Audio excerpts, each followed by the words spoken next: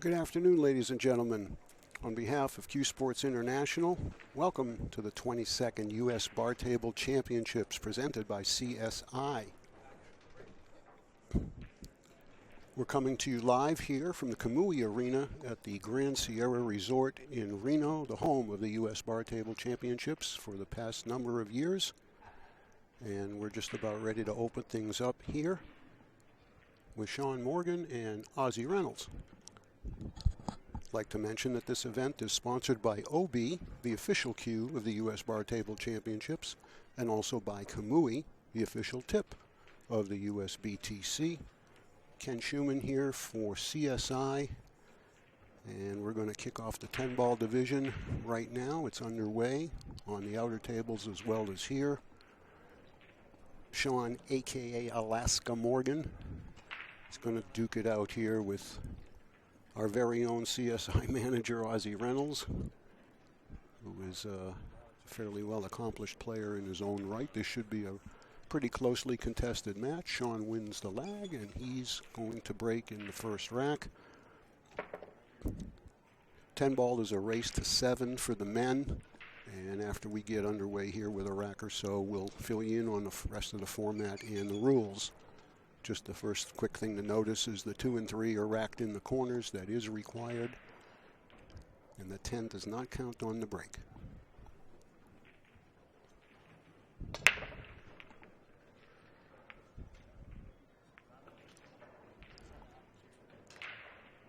Dry break from Sean, and Ozzy has a good look at the 1 ball. Everything's open. So let's see how he navigates his first rack. And we thank you for joining us today. It's free today, as we always do on our first day, and we'll convert to pay-per-view starting tomorrow. Ozzy with a nice opening 1 ball, so let's see if he can get through rack number 1.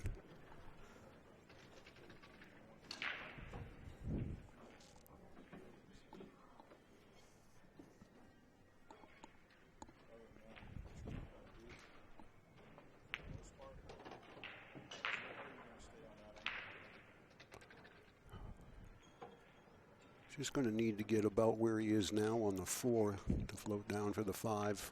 It'll go where the 3 is, but he needs an angle, so about where he is now would be good. Come up a little short, did he? Yeah, he can cheat that enough. It's hanging in the lip, so he'll be able to slide that cue ball down to his left.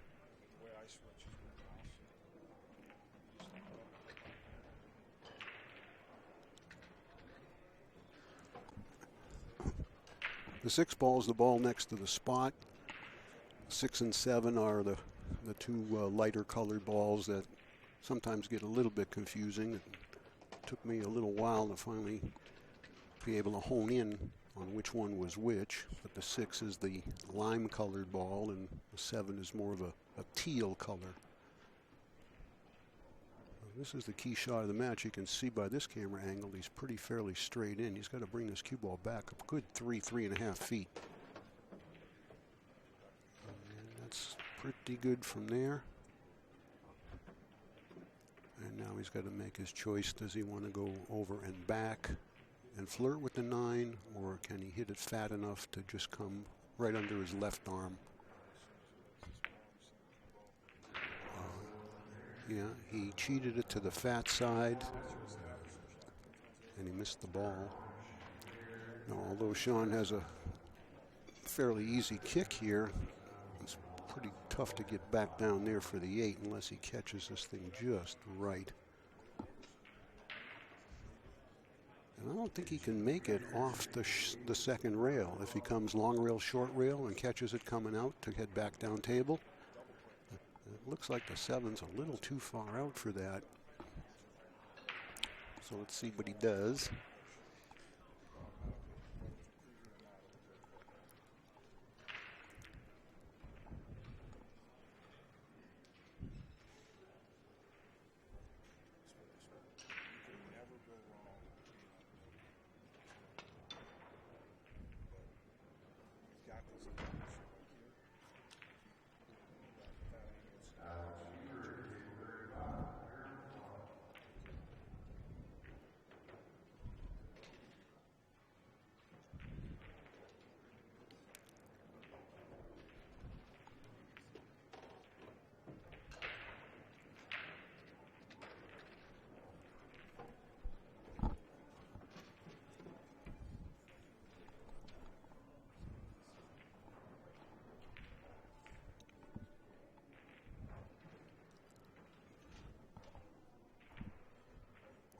I think I might think about running into the 9 with the cue ball here with a little bit of left.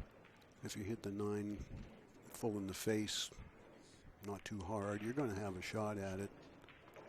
That's what he tried to do, and it worked out okay for him. Good judgment there, Ozzy.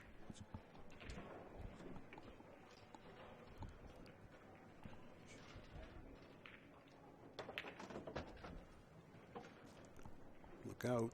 Oh, no. Whew.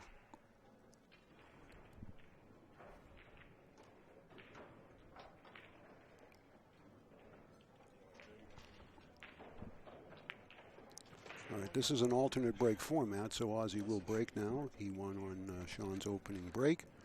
105 players in the 10-ball division. That was the count I got from the staff up at Bad Boys about 30 minutes ago, and the entries had closed, so I don't believe it's varied much from that. The women's division, entries are still being taken for 10-ball for the women. They're going to begin play, I believe, at 4 o'clock this afternoon, Pacific time. Right now, there's just under 30 women signed up for the 10-ball. Ozzy, 1, 2, 3 in the corners. Ozzy, thank you.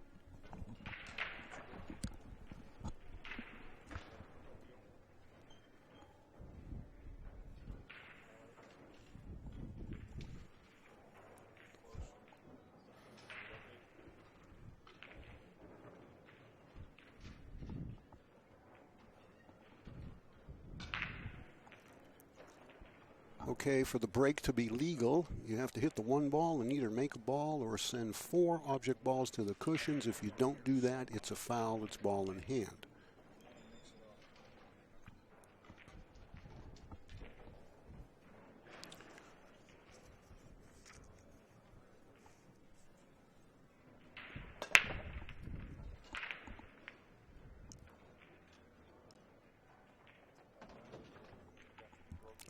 He made a ball and he's hooked, so he's going to push somewhere. This entire event is being played under the BCA Pool League's rules. And in 10 ball, it is call, ball, and pocket. You do not have to call obvious shots, but you do have to call banks and combinations and things that are otherwise not obvious. You can only call 1 ball per shot.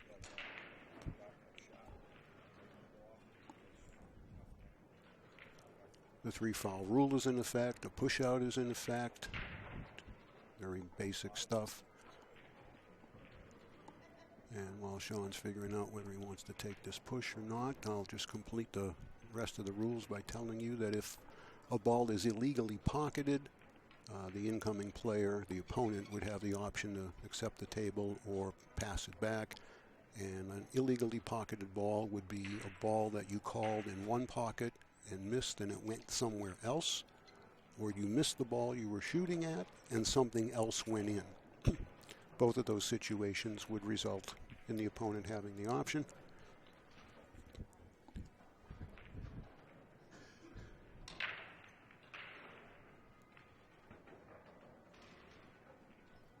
And everything else is just basic, as I'm sure you're well familiar.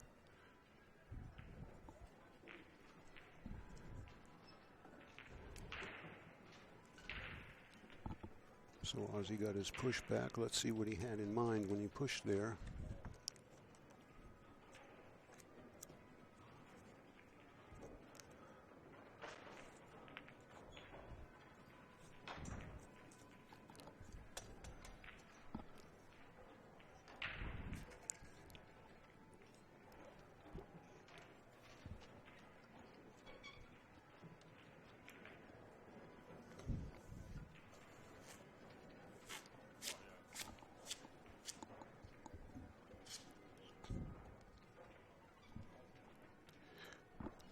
Sean has actually called the 10 ball. He's going to kick 2 rails at the 1 and hope either the 1 or possibly even the cue ball comes down to the 10. Put a little speed on this. Oh, he whiffed it altogether. That's pretty cold to get that cue ball around that 1 without hitting it coming in or going out.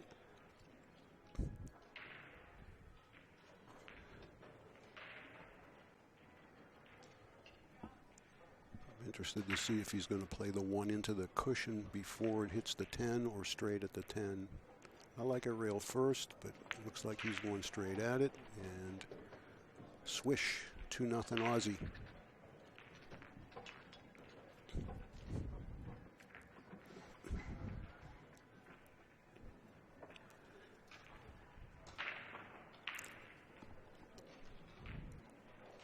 We're using 7-foot diamond tables, as has been the custom for as long as I can remember. Pro cut pockets, 4.5 inches. 860 Simonis Tour Blue cloth is the playing surface. And we're using the Magic Ball Rack, which is mandatory. And of course, Cyclop pool balls. Having partnered up with CSI and Diamond a couple of years ago. We've enjoyed a great relationship with Adrian and everybody at Cyclop. And it's the Cyclop cue ball as well.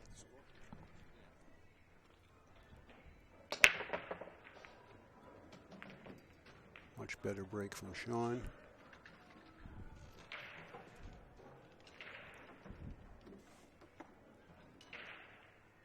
Like if he wants to go offensively here, he's going to have to play the 1 into the rail to make the 7. That means the 1's going to go behind the 6.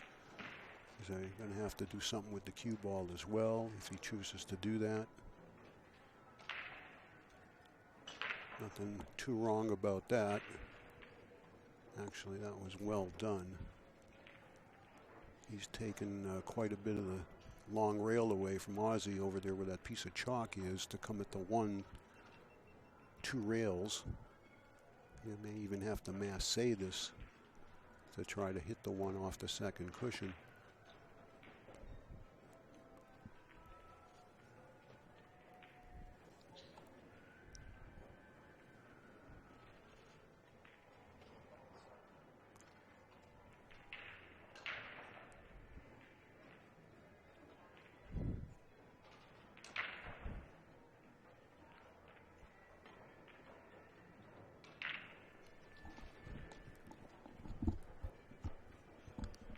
Wasn't a bad effort at all. That was not much room there to execute that shot. He came pretty close, but the same thing happened to him that happened to Sean. He went right around the 1 ball. And now Sean's going to probably put him right up against the 6.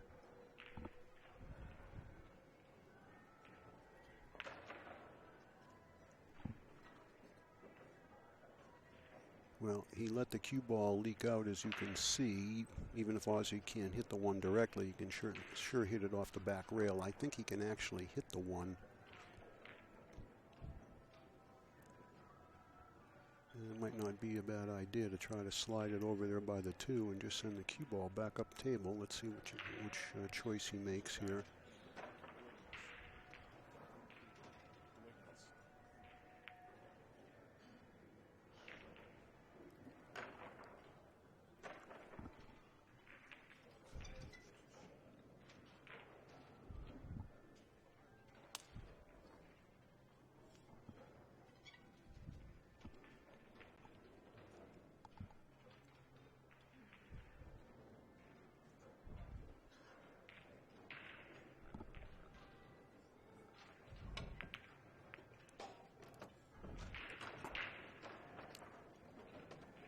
That was a really good shot. He got a nice reward, especially with the 2 falling.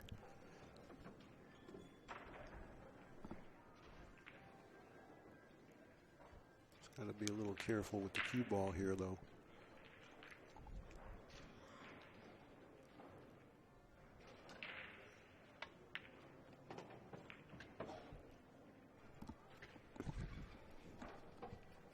The majority of the tables that we're using here, we have 40 tables. The majority of them are have brand new cloth.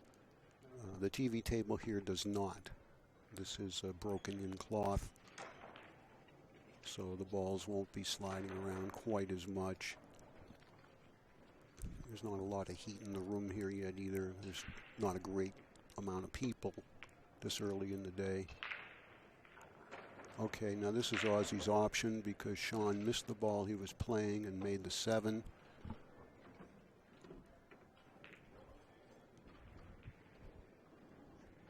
This could present a little bit of a problem for Ozzy to get back to the 6, just because he's on the rail. He's got to jack up. But the 4 so close to the hole, I think he's got the right angle. But this is still going to take a pretty good stroke. But you can't pass it back. You got to shoot.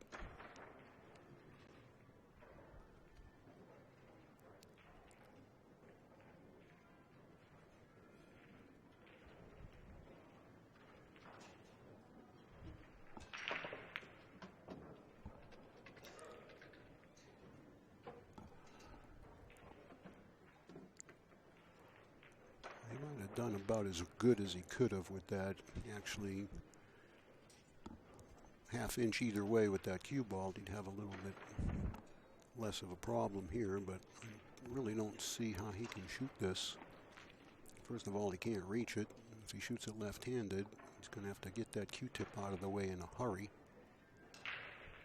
So I really think he's looking to play safe behind the 8-9 if he's thin enough.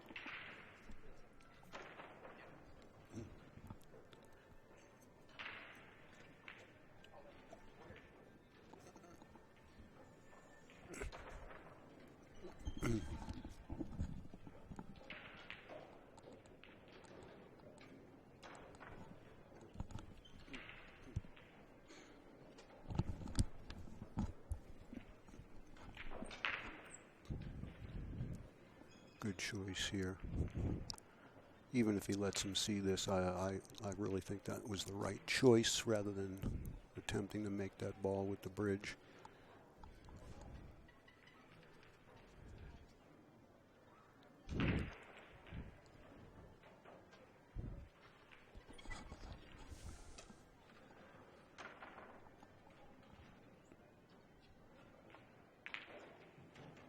Good shot.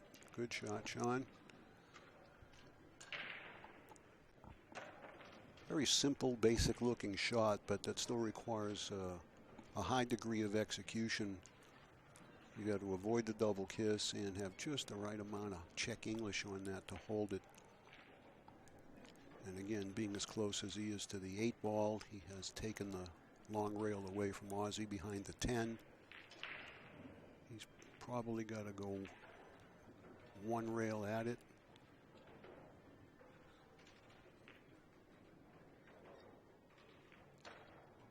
Well, if you go this way, I don't see how you're going to have enough power on the cue ball when it gets there to do anything. You won't get much separation between the cue ball and the object ball. Kind of a curious choice, but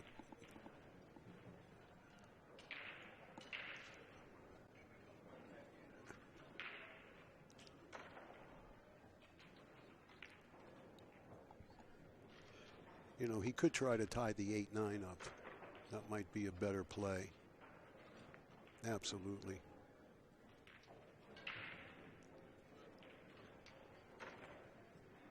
I mean, he's given Sean an easy chance to, you know, move the 9 or move the 8, but he still has to execute it. So good judgment there by Ozzy, I think.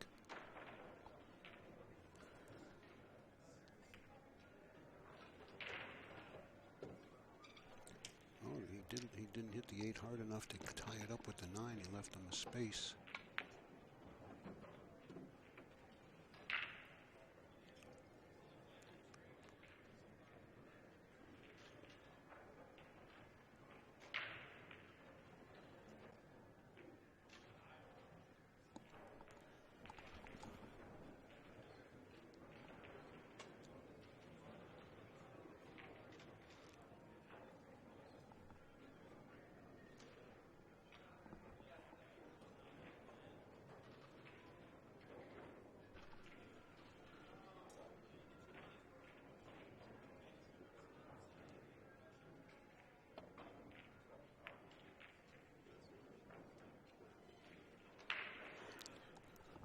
Excuse me. Well, Sean's going to bank this, no question about it. As you can see, he indicated the pocket, which is required, no matter how obvious the shot is. If it's a bank, you've got to call it. He did so. Pretty much a stick shot. Might have to cut the 8 just a fraction.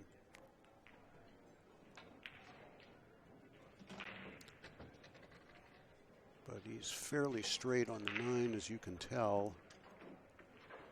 He may have to stop there. Might be able to cheat the pocket just a little bit to the inside.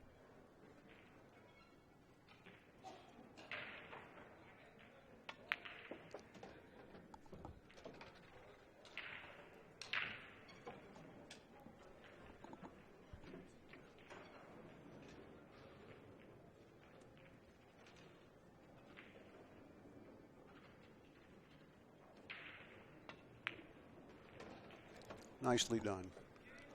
Sean breaks the ice. He's on the board. Trails in the match 2-1. It's Ozzy's break.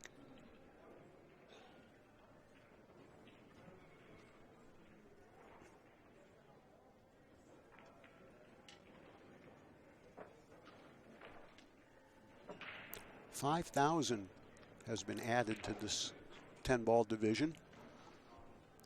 There's $22,500 total added, guaranteed, for all 3 divisions, men and women, courtesy of CSI. And once again, on behalf of the players, thank you, CSI.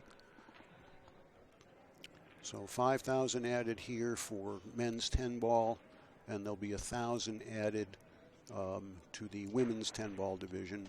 They've already exceeded the minimum number of women required for that added money to kick in.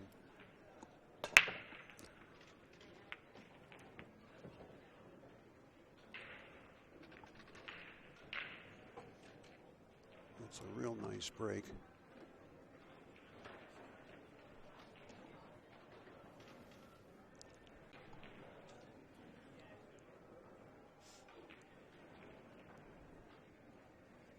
Well, as you can see, the only issue is he's only got 1 pocket for the 2 or both sides.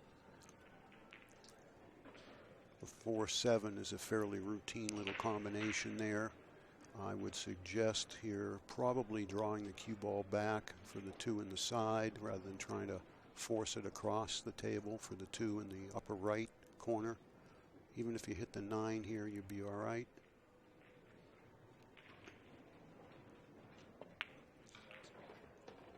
Well, maybe I'm fooled in the 2 passes, or he's elected a 2-8, which I think is a little bit risky given you don't know where the 2 ball's going to wind up, but let's see what happens.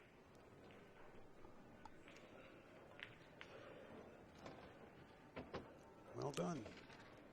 Still going to have to play the 4-7, I think.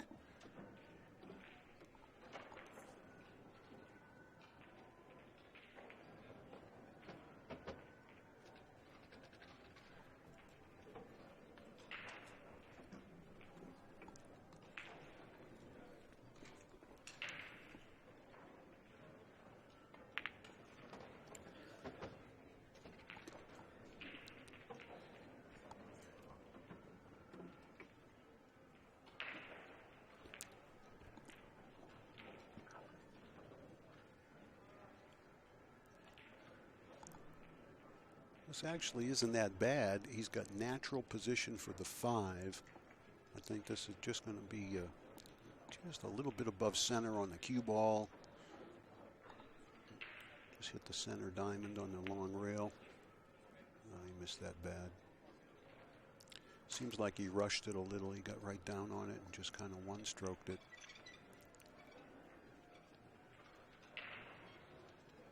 See if Sean can take advantage here.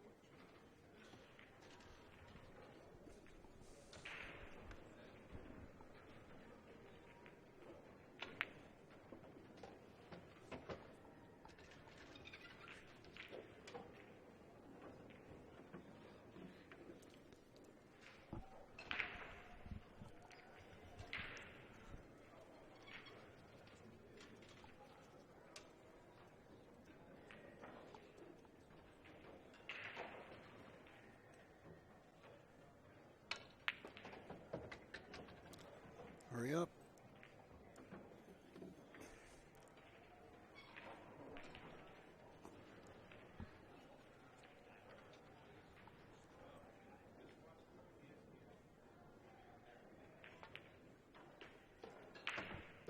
All right, it's 2-2 now in this opening match in the 10-ball division here. Race to 7 games. Alternate break is the format. If you notice in the lower left corner of the screen there, I really love our new USBTC logo, the shield with the stars and stripes. Doesn't get any more American and patriotic than that. And again, we'll mention it probably more times than we had planned to, but it's certainly well worth doing, and that's our signature sponsors. You can see the 3 panels right in the back of the arena there from Kamui, CSI, and OB. And we've got a few other sponsors in the arena. We'll get to those in a little bit. So Sean breaking rack number 5. Back on serve here.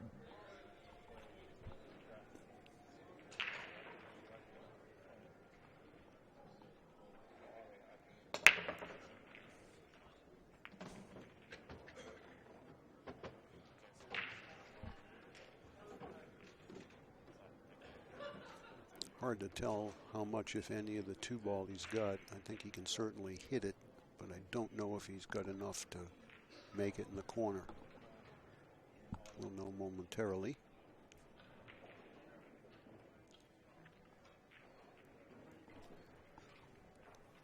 I don't know about you guys, but when I was playing in tournaments, and first matches always gave me so many jitters. Didn't matter who the opponent was. It's just, you know, the first match of the tournament. You feel like you're prepared, you've practiced, you've warmed up. Whether you've got an opponent you know or you don't know. And then to draw a TV match for your first match, I don't think either of these guys are bothered by the lights or the cameras or any of that stuff, but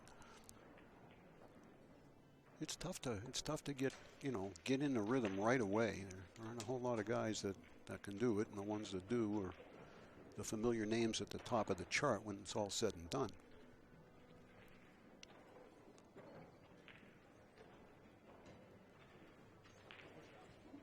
All right, he's called push.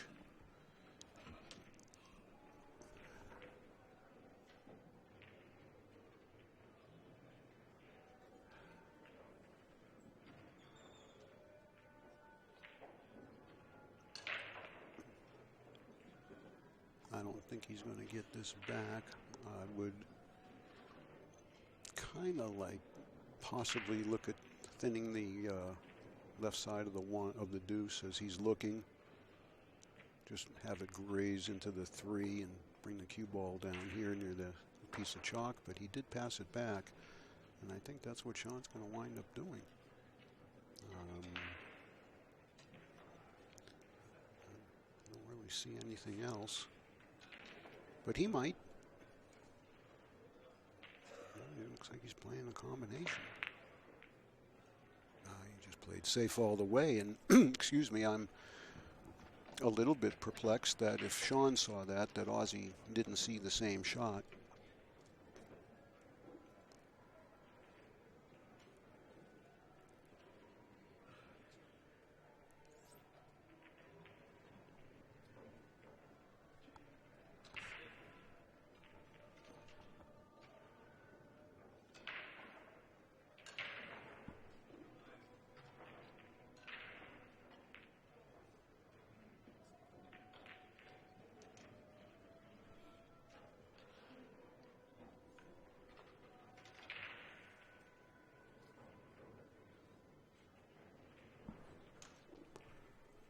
He's dead nut hooked. That was good speed there.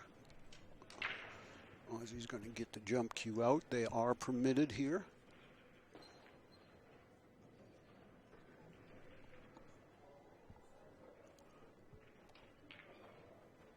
See if I can get Steven to switch the camera over here to the left camera so we can take a Nice look at the jump shot as it's coming right at us. Thank you, Steve. Excellent. Gives you a much better perspective here of what he has to do. And he should have a look at the 3 if he makes this.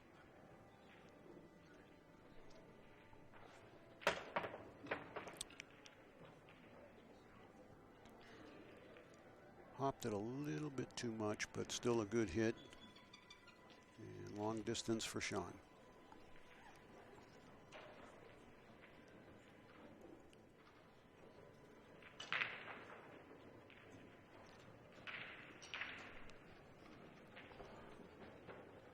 I'd almost go rail first here. You got natural 2 rails around the 10 for the 3 in the side. I don't think you got any chance to scratch. And I think it makes the ball play a little easier. If you play it straight in, you really got to be clean. So let's see what he might think. Did he get there? Did he get there? I don't think so. That was the danger in shooting that shot, is you actually had to hit it a little firmer or a little thinner. He's kicking at the 3. He did call it in the side where he's standing.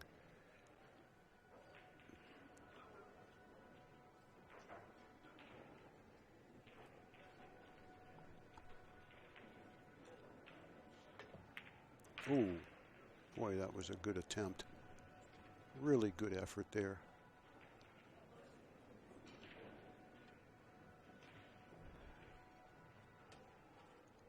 Yep, cross side.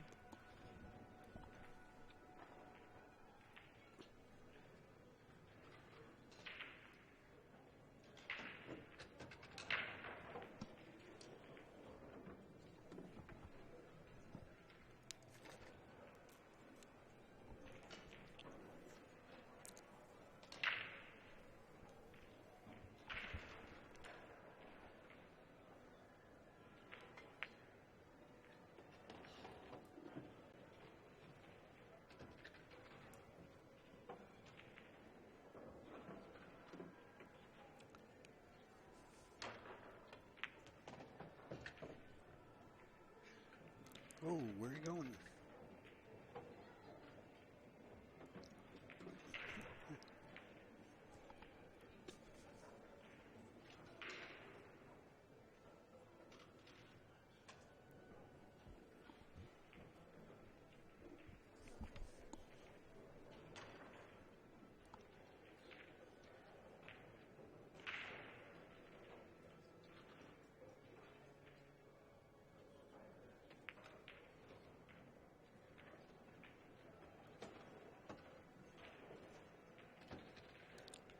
Well, excuse me, because he actually overcut the 8 and still went, the cue ball actually went a little further than it would have if had he made it center pocket, so he really didn't have the right speed.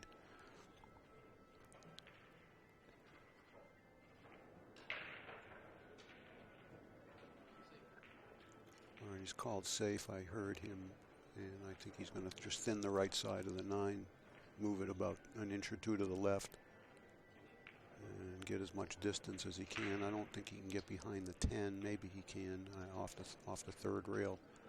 I don't know. He might slide, but that's still okay.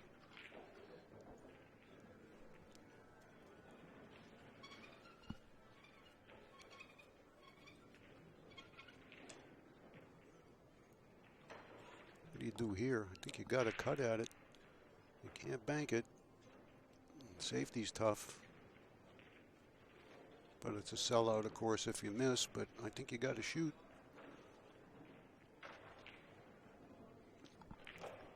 It's not on the rail.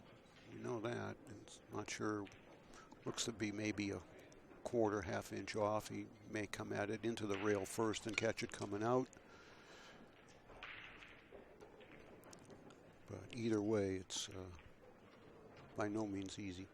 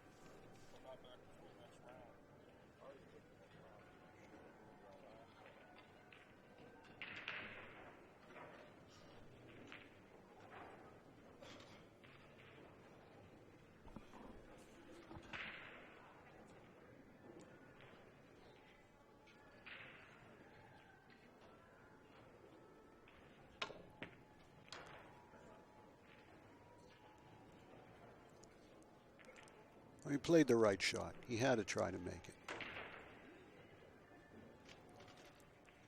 You don't get any consolation prizes for playing the right shot and missing, but it just shows that he's thinking well. He's using good judgment. And he didn't leave any cupcake here for Ozzy either. This has scratch written all over it if he tries to cut it in the side. And it has scratch written all over it for the corner. I think the corner is the better pocket, though. I think you can avoid the scratch a little easier, especially given where the cue ball is. You don't have to jack up as much to play it in the corner. But now he's eyeing it in the side.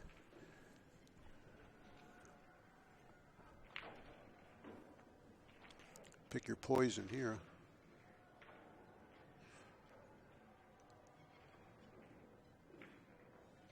Real soft. I think he can beat the scratch.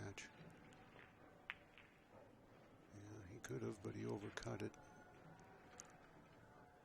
He knew he had to shade it to the overcut side to take the side pocket away.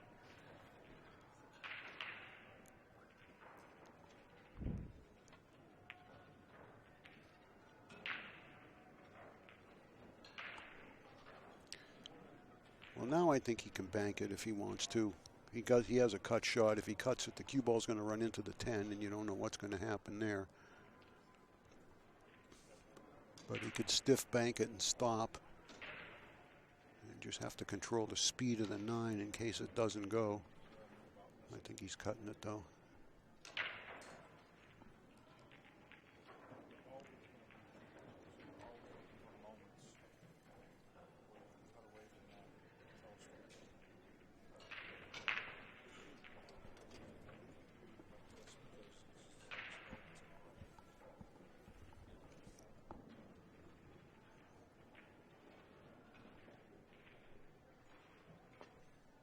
Good shot.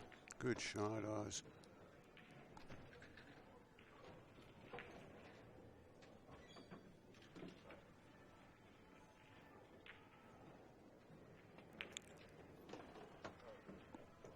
Well, both guys played that game actually pretty well with their safety selection and safety execution. But Ozzy came with the 9 ball when he needed to. And that's allowed him now to take a 3-2 lead. Kamui is the official tip of the U.S. Bar Table Championships. And OB is the official cue.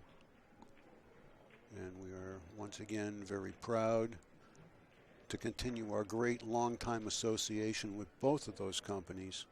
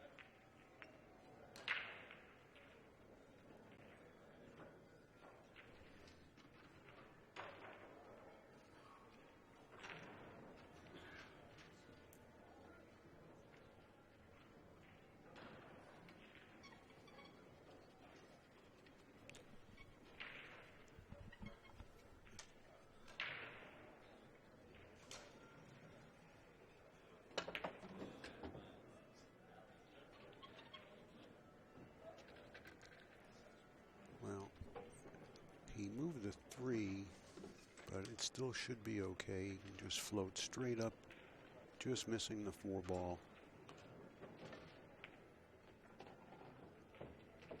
It's got to go. It's got to go. I don't think he got there. He might be able to make it off the cushion first, but he wanted one more revolution on that cue ball.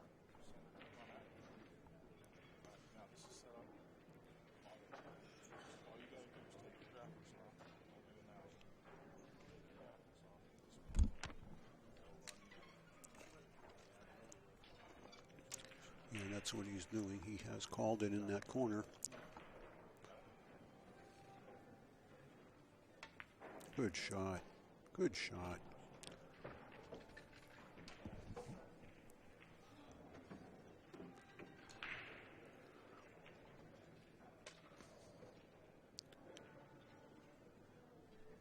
I'd play it in the corner. I guess it depends on if he can get by the 6 with the cue ball playing it in the corner. If not, he's going to be forced to play it into the side. And as you can see by that other camera shot, that's a pretty tight pocket. If we can get the other camera there, you'll be able to see it.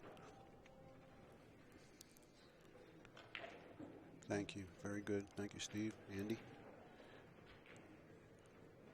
Yeah, doesn't even look like there's an opening there. And you're still going to have to put a little bit on it to get the cue ball past the line of the 6.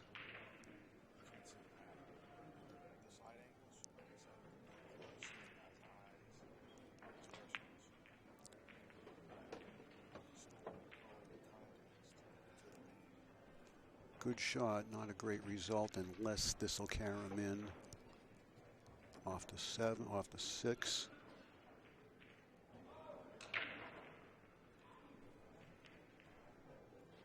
The 6-10's hardly threatening the pocket, so it's really a question of, is the 6 low enough where the 5 will still be able to go in the side. Gonna have to hit it with some speed if he does that.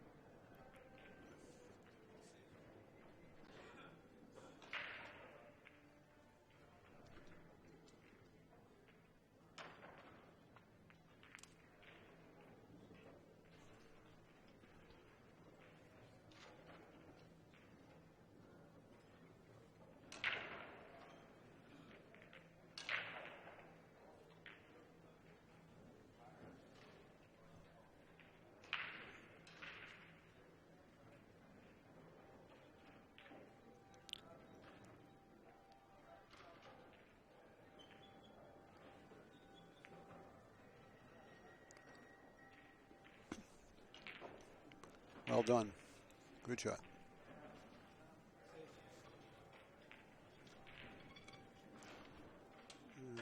If he comes 2 rails at it, he's got to be careful of the scratch in the side.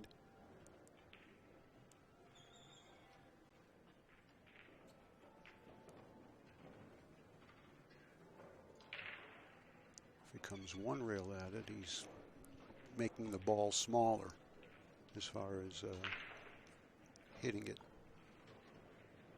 A much bigger target off the 2nd cushion.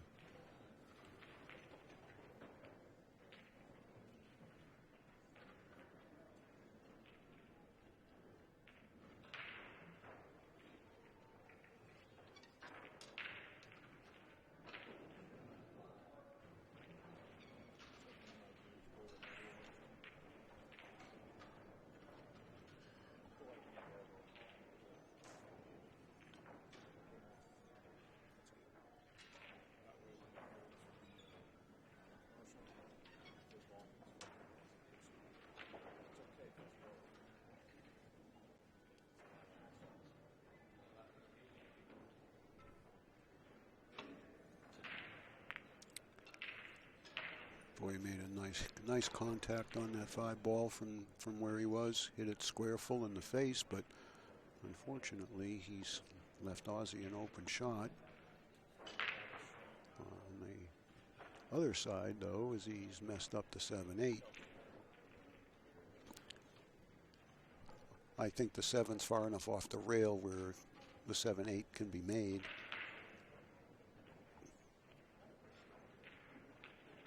This lays natural to get the proper angle from the 6 to come down here. Uh-oh. Oh, ooh, ooh, ooh, ooh, ooh. Took it for granted a little there, Oz.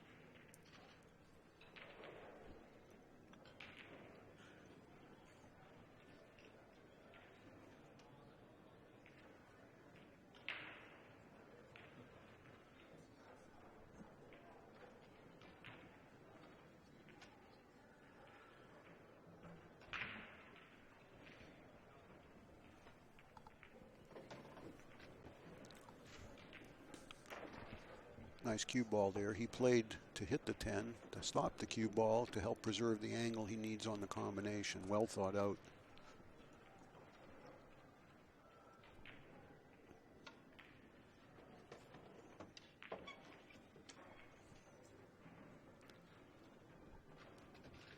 Hasn't been a whole lot of rhythm to this set because of all the safety play.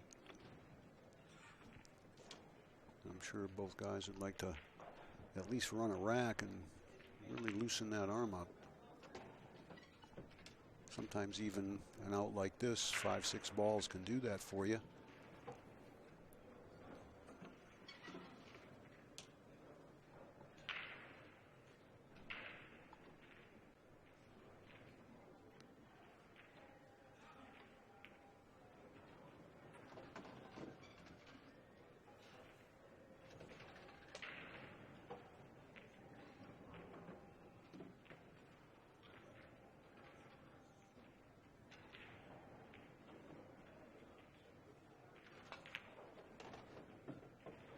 And we're tied up again at 3-3. About the halfway mark here in the race to 7.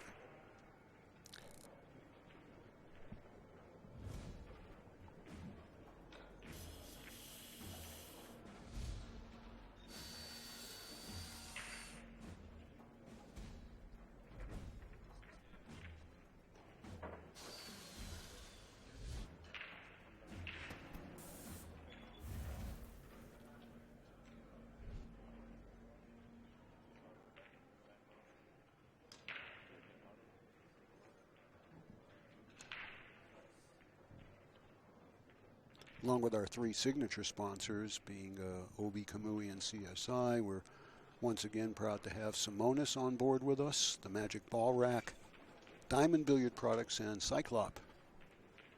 And that's our team, and there isn't a better one to have.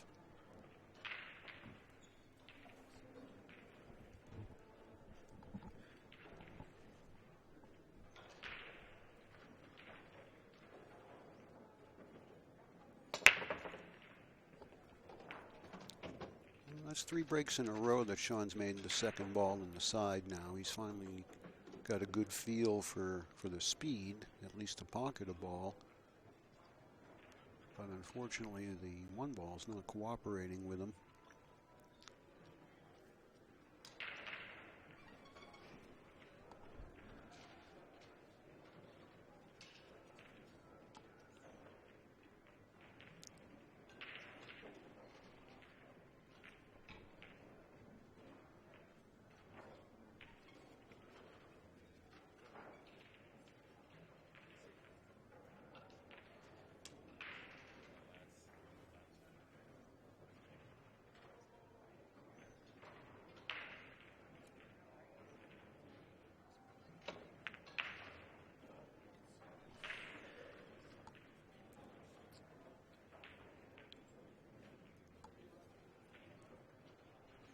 He got away with it. He got the double kiss. Got away with it. Ozzy's looking to see if the 1 will carry him in off the 6 in the side, and it looks to me like it won't. Looks like it might be just a little too full, but that's from where I'm sitting. I'm 30 feet from the table, and on a 45-degree angle to it, so he's got a much better look than I do.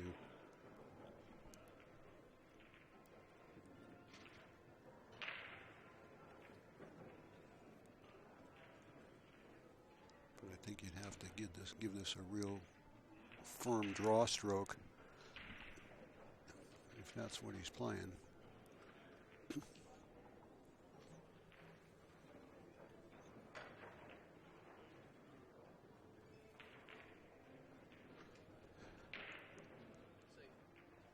Called safe.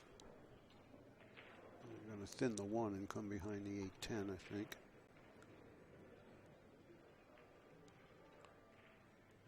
Missed the ball altogether, I believe he did.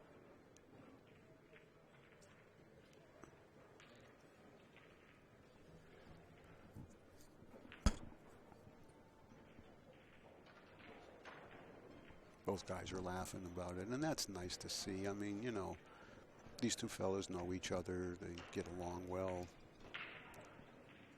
Mutual respect for each other. And yeah, it's a tournament and there's a lot at stake, but there's nothing wrong with having a little enjoyment at the same time.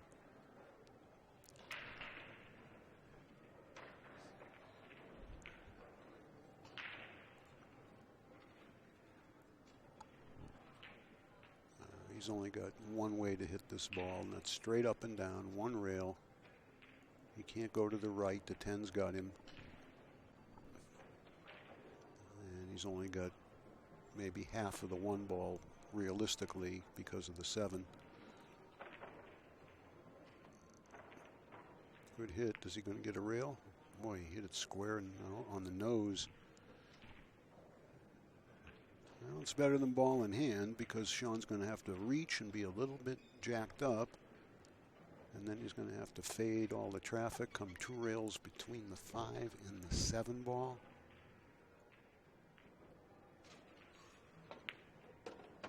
Watch the 5 here. Yep.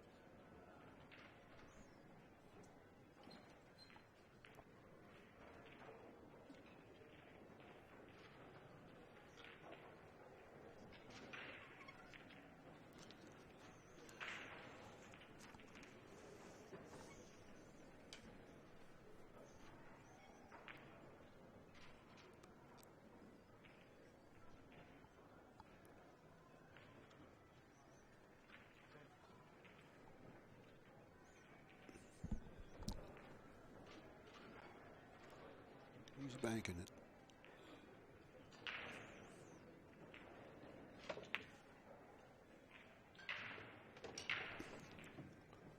Nice shot.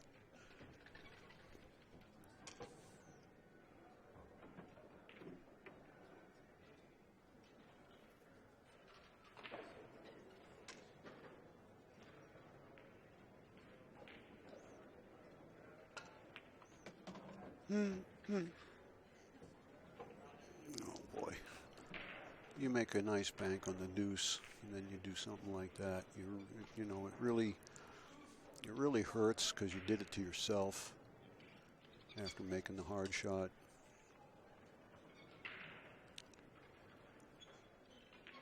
If anything, Sean has struggled a little bit with his cue ball here in the opening match.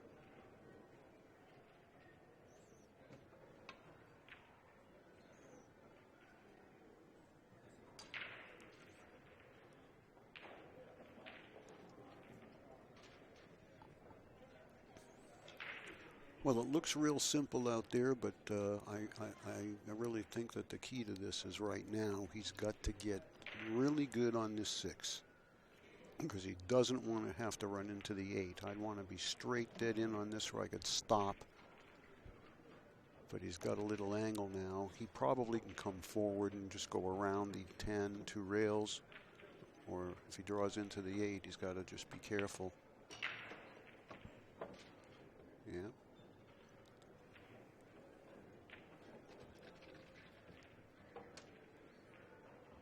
Now he's got to make a shot, and he's going to have to play some pretty good position here too, because the 8's only got 1 corner pocket. That's why it was so important to get dead straight in on that 6.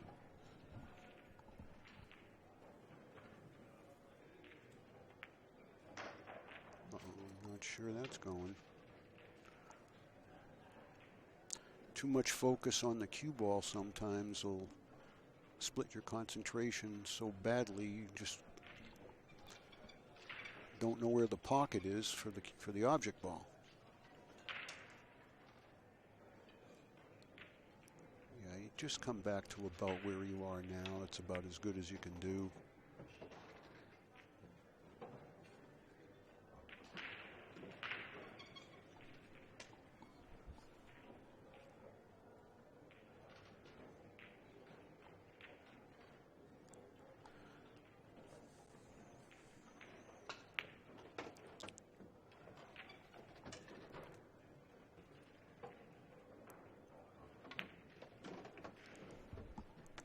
I know Sean wasn't expecting to slide a beat over after that game, giving a ball in hand on the 5.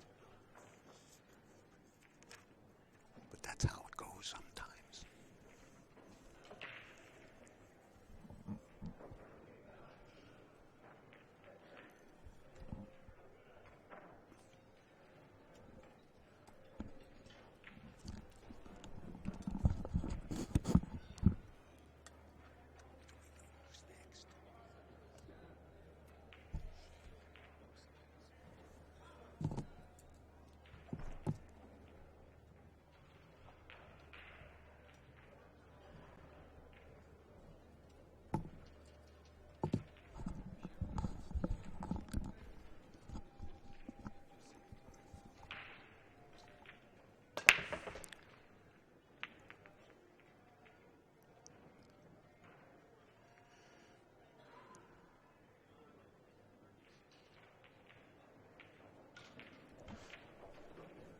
There's nothing pretty here.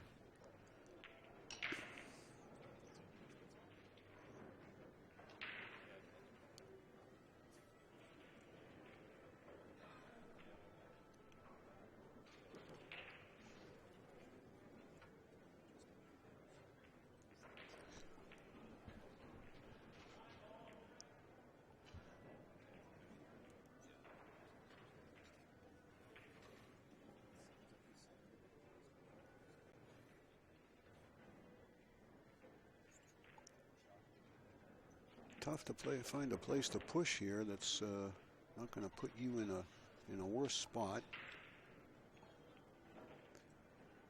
My first thought on a push would be to roll the 9 ball up there near the 2-1. Let him see the 1. It's okay. What you're doing is you're breaking up that 2-ball cluster. That's going to prevent him from using it to hook you with. He'd have to rely on getting behind a single ball. I mean, I'm sure this is probably okay.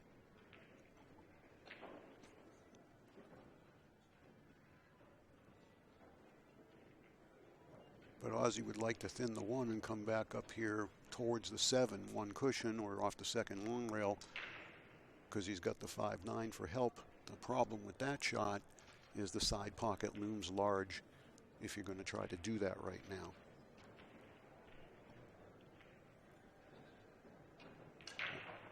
I'd almost think about giving this back.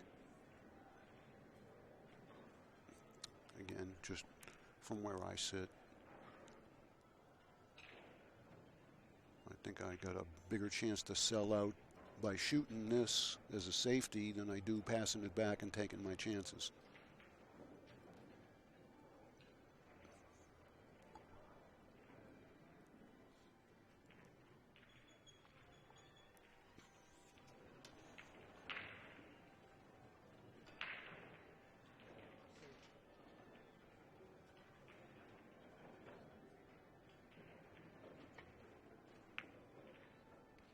He tried to, excuse me, send the cue ball through the 1 and pocket the 2. A good effort. He's probably glad it didn't go.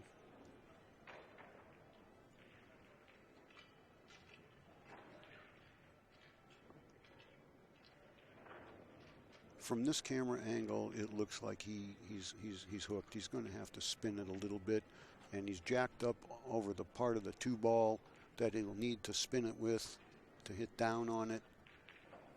This is really tough. I might even consider one rail over there by the 3 ball and come at the 1 that way. Now, if he can hit any part of it, this is the right way to go. Just hard to tell. Last time he had one of these, he fanned it, remember? Oh, he's jumping, I guess. Yeah, it still was a problem there. And the reason for that was the 2 ball. He couldn't get the Q-tip on the part of the cue ball that he needed to send it in the direction that it needed to go. And that's why he veered out to the right as we looked there on that shot. And it was all because of the elevation that the 2 ball caused him to be off center. Sean with a big opportunity now to take a 2-game lead and inch a little closer to the finish line.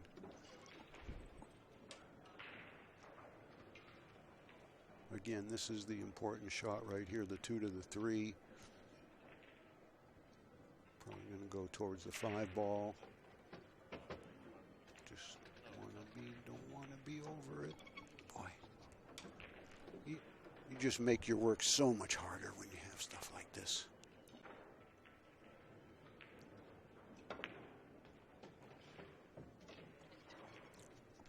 He hit that nice.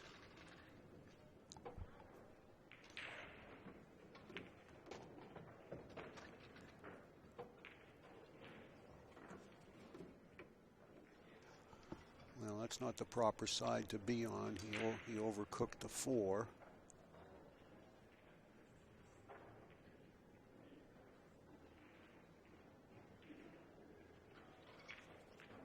Now he's got to fade a lot of traffic.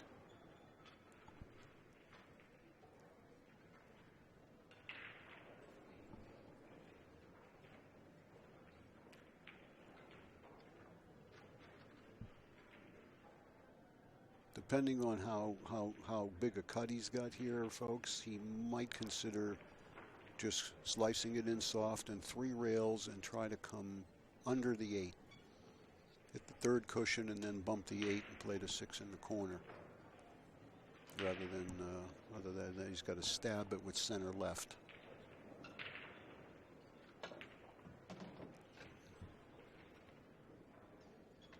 And that's how he played it, with center left, and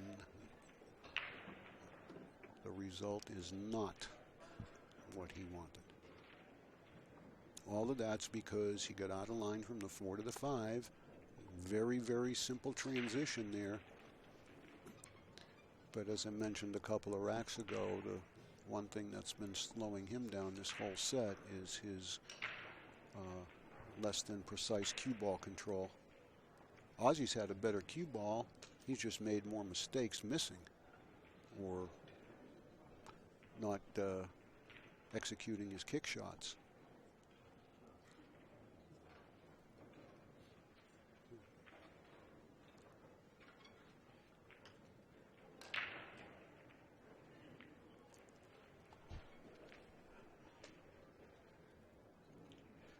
Called it in the side.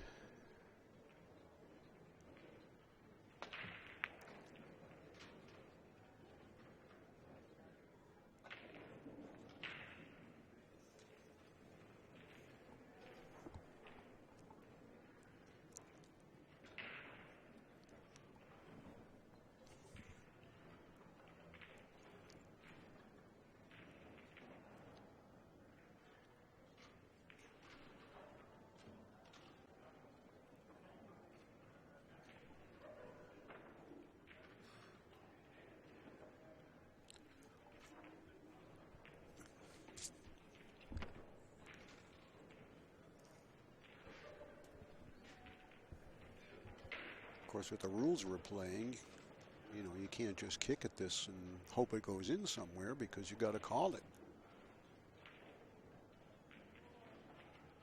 So this has to be a controlled kick, and he did hit it, and he's going to get a pretty good leave out of it. And I think Ozzy had one coming there after Sean kind of butchered the out that he was in the middle of, and then left Ozzy safe. So I think the pool gods kind of took care of that one.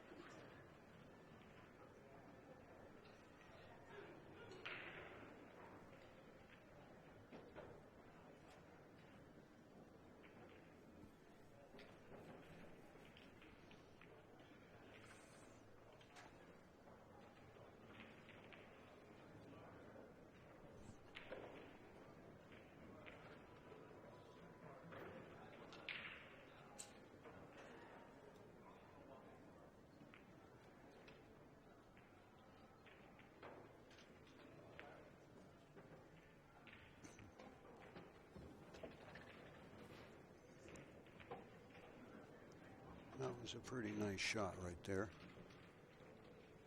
Now let's see if he can complete it.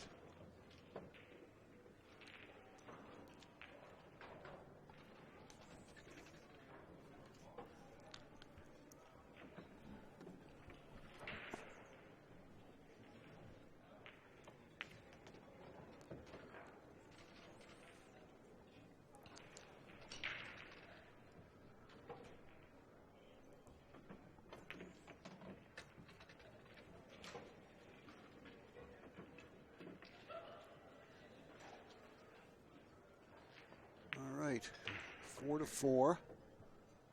It feels like the score is right, but I'm not sure they got there the conventional way. But while Sean's racking them up, I can tell you who we got next. And you probably will have a match that's going to have a little bit more rhythm to it than this one. We've got the South Dakota kid, of course, SVB, coming up, and he's going to play Robbie Saez. And that's certainly going to be a very competitive match. Saez is a great player. He's not Shane, but he's not at the bottom of the tier either. And they've played before, and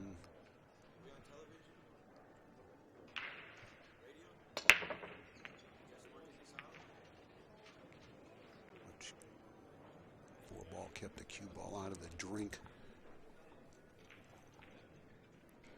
So anyway, SVB and Robin Hood, Robbie Saez, coming up for you. Scheduled for 2:30.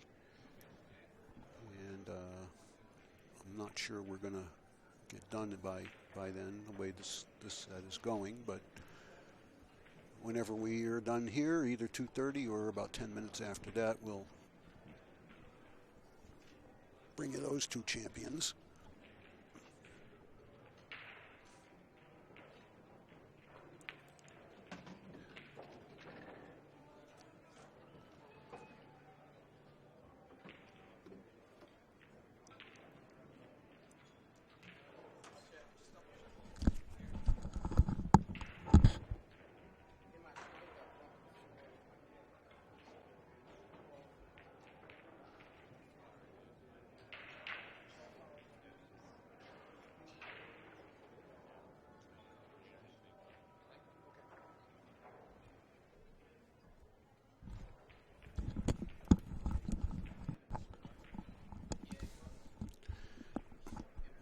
Ozzy accidentally moved the 4 on the stroke for the 1. We're in cue ball fouls only, and because the 4 had no effect on the outcome of the shot after it was moved, the opponent, in this case Sean, has the choice to leave it where it wound up or put it back to its original position.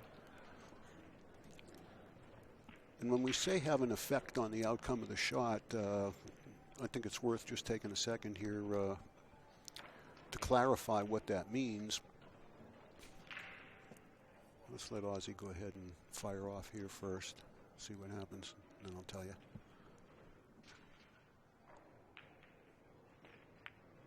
No.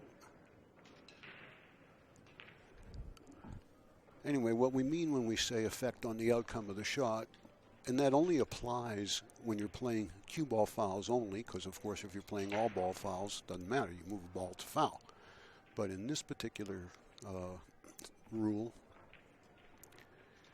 effect on the outcome of the shot means that the ball you accidentally moved either ran into another ball, and then that's a foul because more than one ball would have been moved. Or, this is going to, by the way, this is going to be Ozzy's choice because that was not the ball that was called. Or, the other aspect of effect on the outcome of the shot is that any ball that you set in motion as a result of your stroke comes back through the area where the originally disturbed ball was. And terminology we've all come to use over the years is it came back through the path. But actually what it really is, it's an area that's about almost 7 inches in diameter, because a pool ball's 2 1/4. 3 times that, if you had a ball on either side, is 6 3/4. So roughly a 7-inch area. If another ball that you set in motion after you stroked your legal ball came back in the area where that disturbed ball was, again, that would result in a foul because it would have had an effect on the outcome of the shot had you not accidentally moved the ball. I usually tell people at player meetings and stuff like that, I said, you don't have to try to remember all that. That's a lot to remember.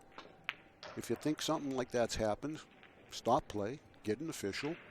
We'll come over, tell us what happened. We'll let you know if it affected the shot or it didn't.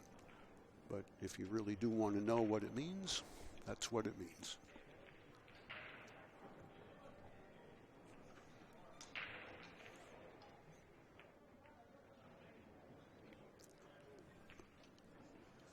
Well, that's pretty good. If he can get by the 4, he's got a 1-rail kick at it. A little bit deeper behind the 8, and he wouldn't have, but he doesn't have much of the 2-ball to hit. As you can see, coming off that rail, he's got to miss the 4, which takes at least half the 2-ball away. He's called it in the corner, but I think that's just in case reasons. Yeah, that 4 was pretty big.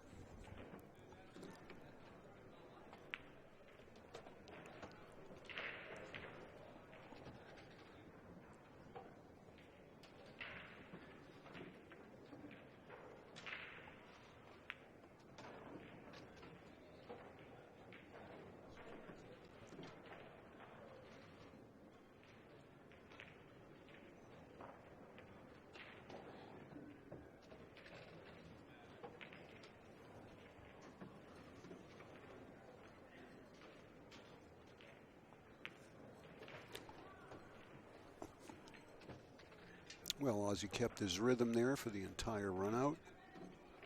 From the moment he got the ball in hand, looked a little bit more kind of calm and smooth there. And he has inched ahead 5-4 in this opening race to 7 match in the 10-ball division. You're watching the U.S. Bar Table Championships live from the Grand Sierra Resort in Reno. Coming to you from the Kamui Arena here.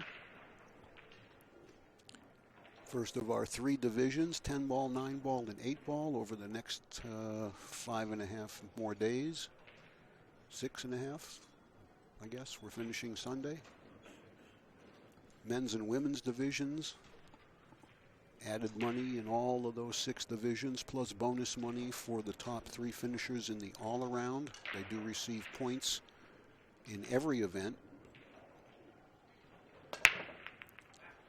Now, unlike the Derby City Classic, the big money here is in winning the individual events. The all-around bonus is not huge. I think it's, I'll tell you here in just a second.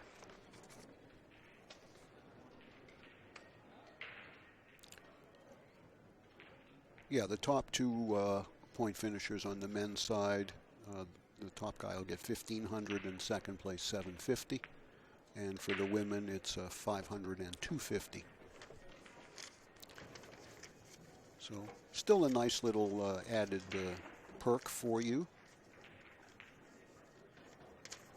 And it also comes with you being able to call yourself the U.S. Bar Table All-Around Champion for that particular season or year. Last year we had a 3-way tie for the men's all-around championship, which was Rodney Morris, Dennis Sorcuyo, and Shane. The 3 of them split the money because they all finished with the same number of points. Sean electing to tie up a couple of balls there rather than trying to kick and sell out.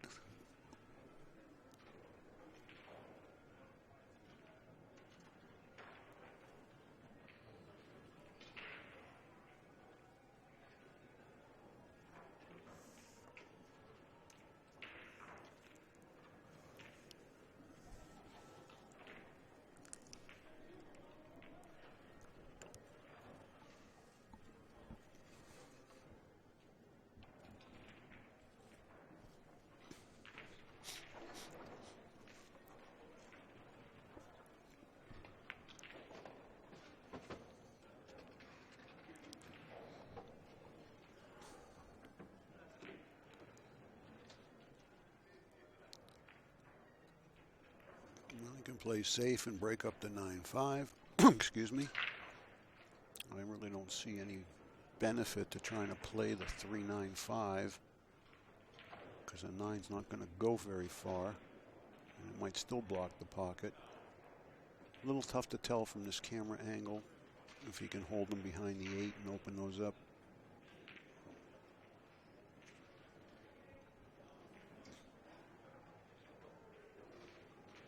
I mean, maybe the combination is more playable.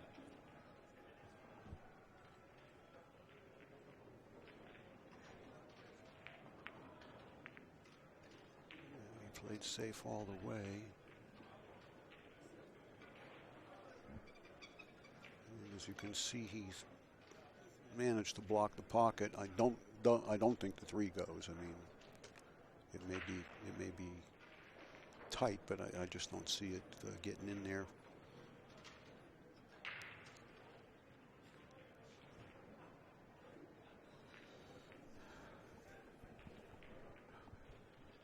Sean kind of needs to make something happen here, though. He's had no rhythm whatsoever the entire match.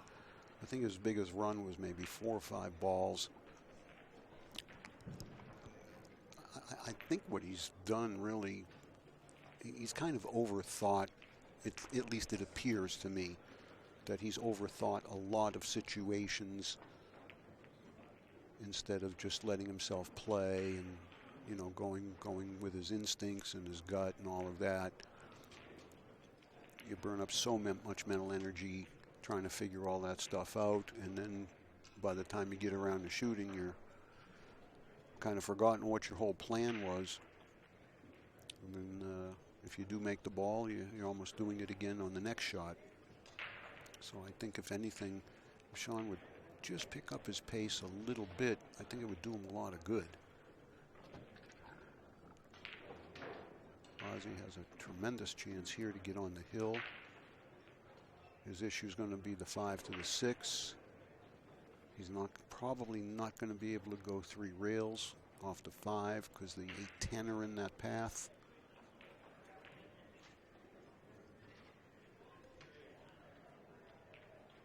But he may have no choice. He may have to go 3 rails and try to get under the 8.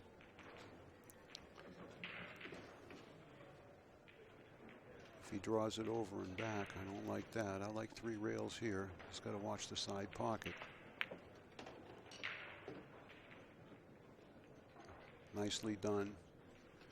A little unfortunate to be tree-topped here over the 8. But he does have an angle. If he can just come 2-3 diamonds up, he'll be okay.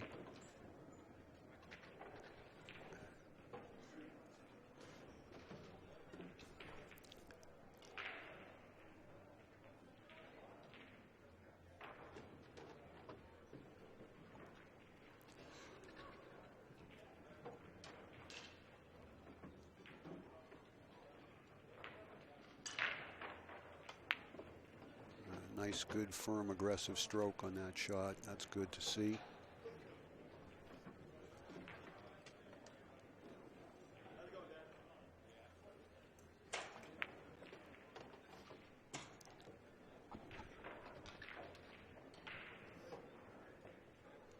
This for the hill.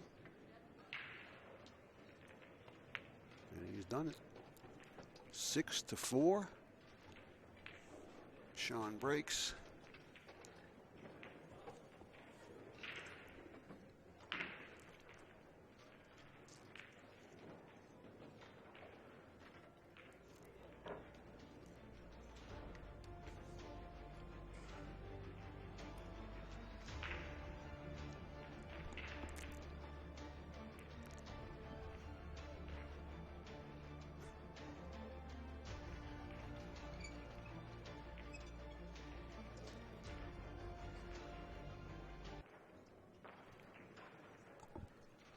Watch the 5 ball in the side this time.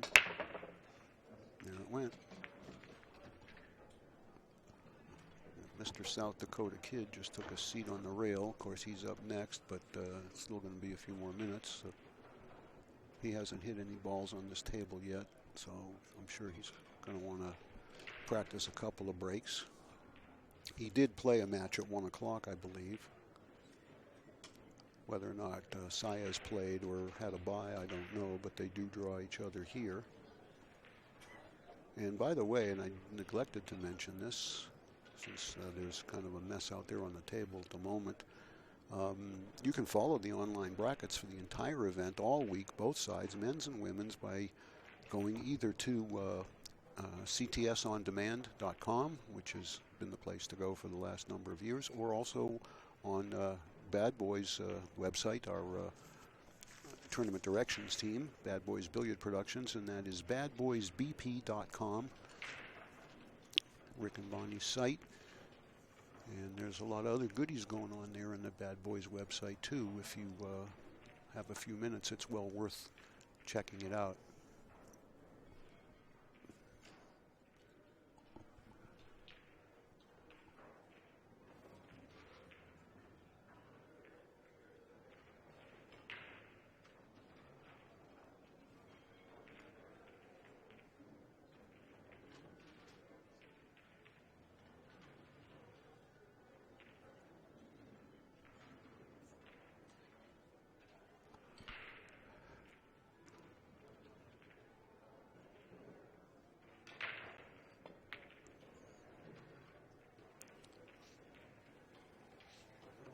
Pretty well done there. Now what Sean's got to worry about is he better hit either the 1 or the 10 with the cue ball. If not, Ozzy's going to play a 110 because there ain't no run out here, not the way they're laying. So he's got to make sure he hits one of these balls, even if he fouls and hits the 10. At worst, he'll be back at the table, maybe on a foul. But he can't afford to miss the whole ball.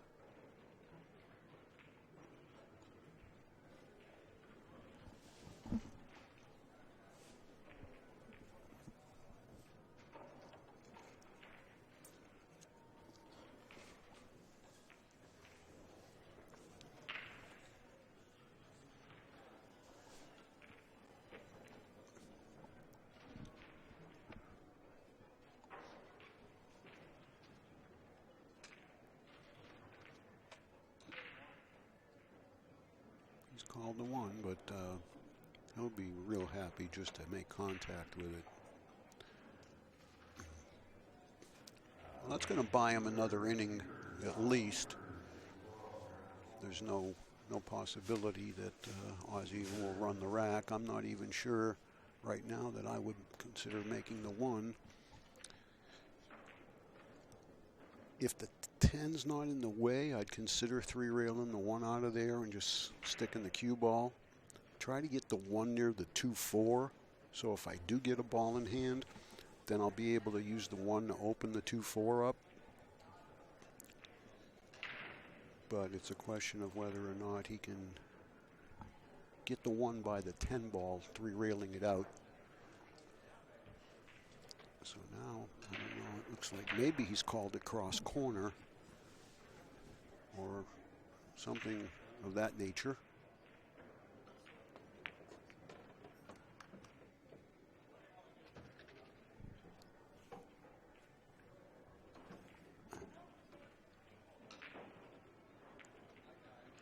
Evidently, that's not what he was playing because Sean's passed it back to him. So he was not playing the 1 ball in that pocket. I think he was trying to either play the 10 or 3-rail the 1 out.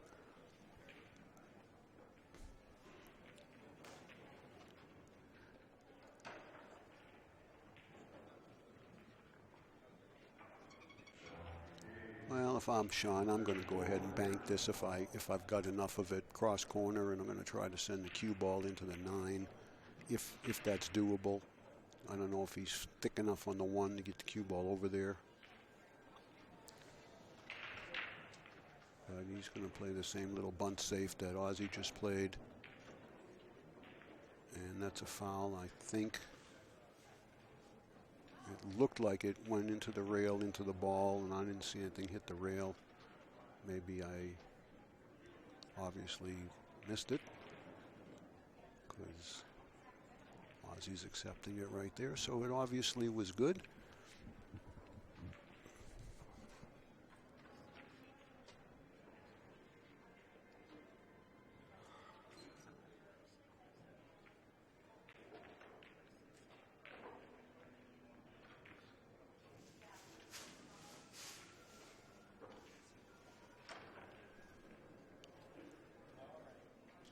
I actually think he can just clip the edge of the 2. From this angle, it looks like he can.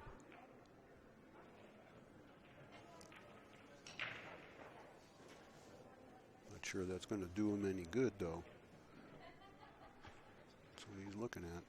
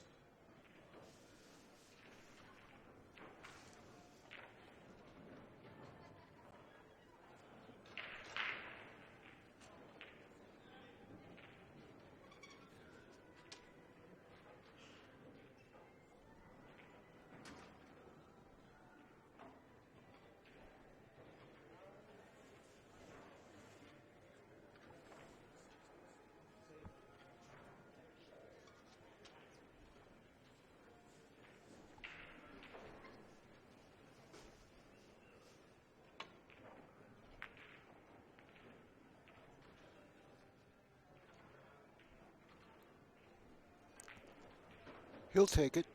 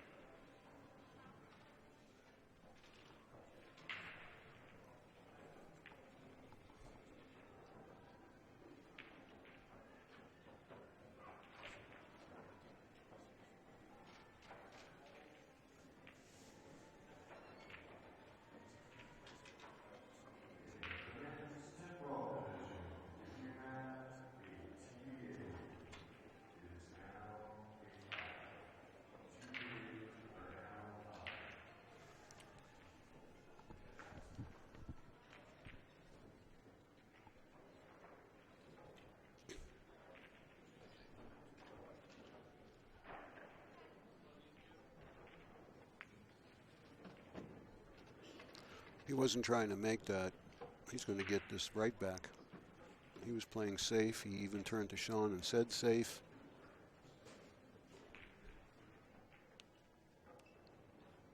And he has shot himself in the foot.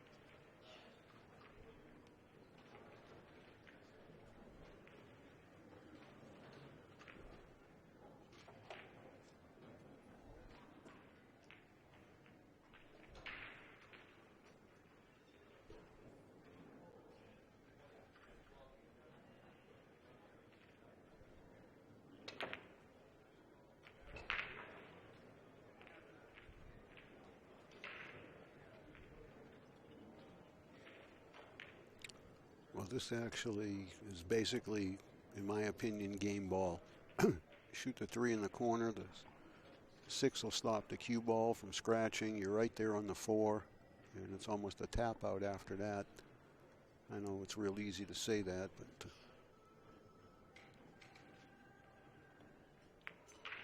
no good. That's Sean's shot. That's his choice, and he's certainly going to shoot, but you can see how that would have worked out had he made the 3. You know, on kind of 20/20 hindsight on that, maybe Ozzy should have taken a look at that carom to the 6 in the side. It might have laid almost automatic where he could have just hung the 3 and continued to shoot. But it doesn't matter now.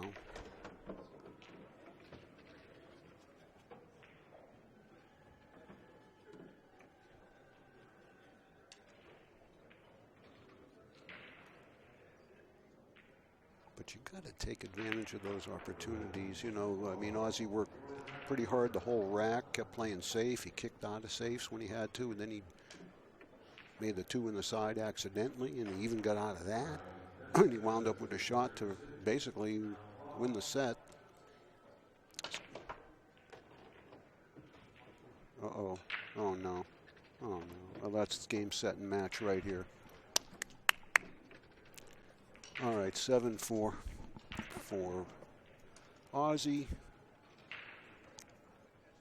So we're going to take a little bit time out here and let Robbie and Shane hit a rack or two, and we'll be back with that with you in 10 minutes or so.